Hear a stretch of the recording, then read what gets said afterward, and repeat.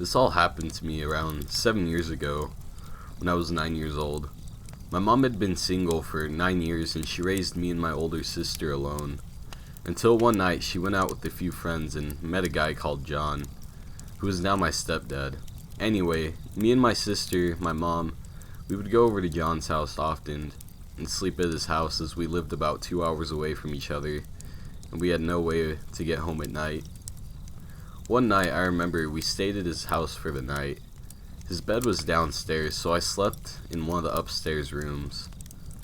This room was fairly empty as John lived alone and only had use for this room was to put some DVDs.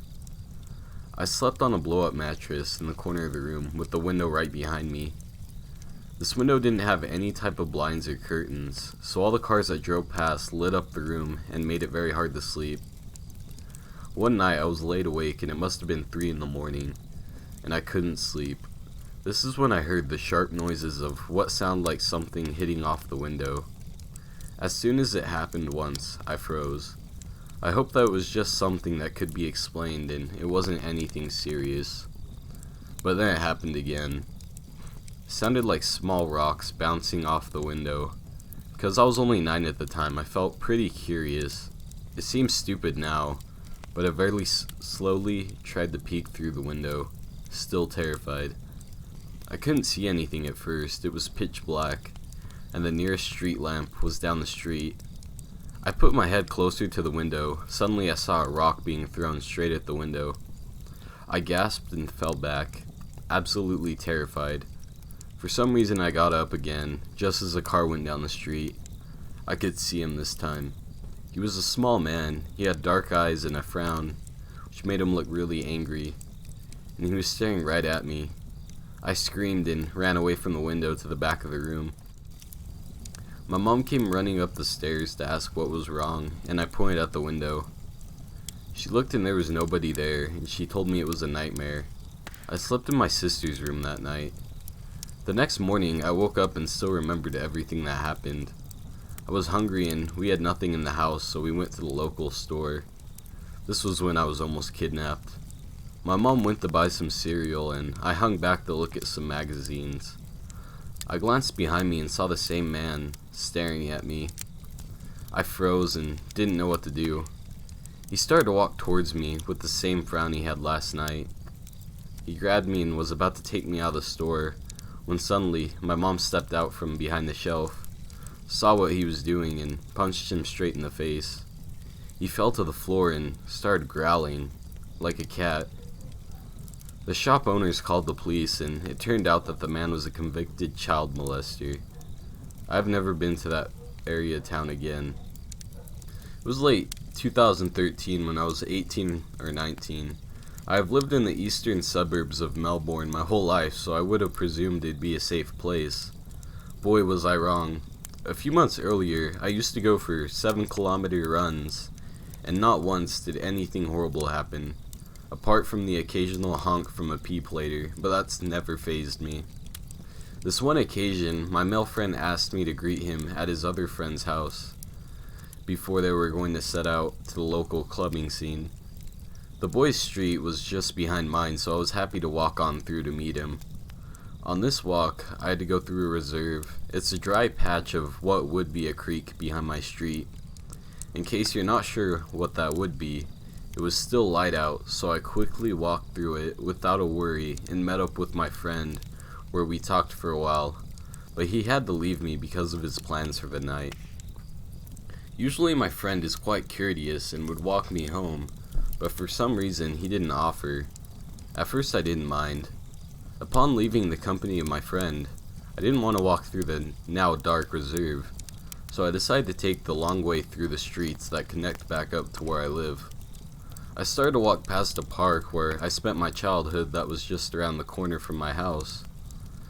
Usually, I would be quite calm, but I sensed something was wrong as I looked up to see a white middle-aged male sitting in the driver's seat of a white van, reading a newspaper under the light of the street lights, as it was very dark by then, around 9:30 p.m.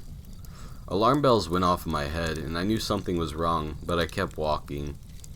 As I passed the van, the door swung open, and a white, middle-aged female jumped out of it and towards me in a quick sweep.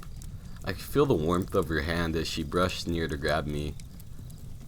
But thank goodness I was saved by a pesky peep lighter that skidded as he turned around the corner at the right moment, which caused the female to get back in a hurry. I didn't have enough time to process what happened.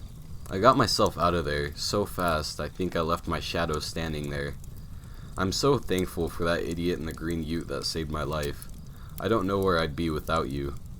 A few weeks later, there was a report of a missing girl. That could have been me. It took me 6 months to tell my mother, in fear that I was going to get myself into trouble or get yelled at. And it took me a couple weeks ago to accept that it happened and I'm safe now. To the sick, twisted couple, let's not meet ever again. To the idiot in the ute, thank you. I was at a charity run, cleaning with the Boy Scouts. I was 13, so my whole family was there. We had finished picking up and we were almost done taking out all the public garbage. It was getting dark and almost everyone was gone. My mom was walking around when a young boy, about 7, came up to her. He told my mom that he had just soiled his underwear and he needed help. My mom asked where his mom was. He replied that his mama was somewhere around here, and he pointed to the direction that he thought they should look. Now the boy had pointed towards a place that was fairly empty and hidden. My mom, realizing something wasn't right, asked where he last saw his mom. The kid insisted they go look in that direction for his mom. It was obvious that something was wrong at this point. So, my mom said that they need to find his mom and ask her for help. The kid grew more desperate in his tone, still saying they need to find her. We ended up leaving early. My theory is that the kid was being used to kidnap or mug people. If my mom had followed the kid, who knows if I would ever see her again. Edit. It seems I had forgotten a part. So the kid runs off and comes back saying he found his mom. He points to where his mom is, but no one's there. The poor kid says that they need a ride. So my mom asks the kid where his mom is, and why she isn't where he pointed. The kid continued to say they needed a ride. That's when we left. It's also worth noting that my mom attempted to help the kid with his underwear without touching him for fear of being sued. I think somebody tried to break into my house last week. I woke up around 11:30 and went to the kitchen to get some water. Off of my kitchen is a little sunroom with French doors that open onto my deck. I glanced through the glass in my doors and saw a tall man with a small LED flashlight out on my deck. My little dog noticed him too, and he stood in the doorway and growled at the man. But I just kept on heading for the fridge. I'm a new mom and I'm pretty much exhausted 24/7, so my sleep-deprived brain just rationalized that it was my upstairs neighbor, who I'm friends with, taking his dog out. I walked by the doors again and wasn't looking right at this dude, but I was in a t-shirt and undies and I wasn't trying to make an awkward eye contact with my neighbor. So I told the dog to quiet down and I went back to sleep. It hit me the next morning that it was strange for my neighbor to be on the deck that late, especially since there's a gate that latches at the top of the deck stairs, and it would have been tricky to manipulate the latch while holding a flashlight and a leash. I checked out the doors and noticed that it looked like someone had tried to mess with the deadbolt. Marks on the doors where the lock bolts them together. Also, the gate was wide open. It was securely closed around dinner time and the night before. We put the dog out there while we had company. The gate keeps him from taking off. I texted my neighbor's wife and asked if she knew what he was doing on the deck so late, hoping that it was him out there and that I was just being paranoid. Nope, she tells me that he was in the bed, sound asleep. My husband works night, and no one else should be in the backyard in the middle of the night. To whoever was lurking out there, let's not meet. This happened when I was around 14 or 15 years old. I live in a quiet suburb with little to no crimes. My cousin's daughter, who was around 5 or 6 years old, came over to spend the night. Every time she came over, another neighborhood kid would hang out or stay the night too, since they always spent time together, and he was around 7 or 8. One night they asked to sleep in the tent in the backyard, which is something me and my older sister had done plenty of times growing up.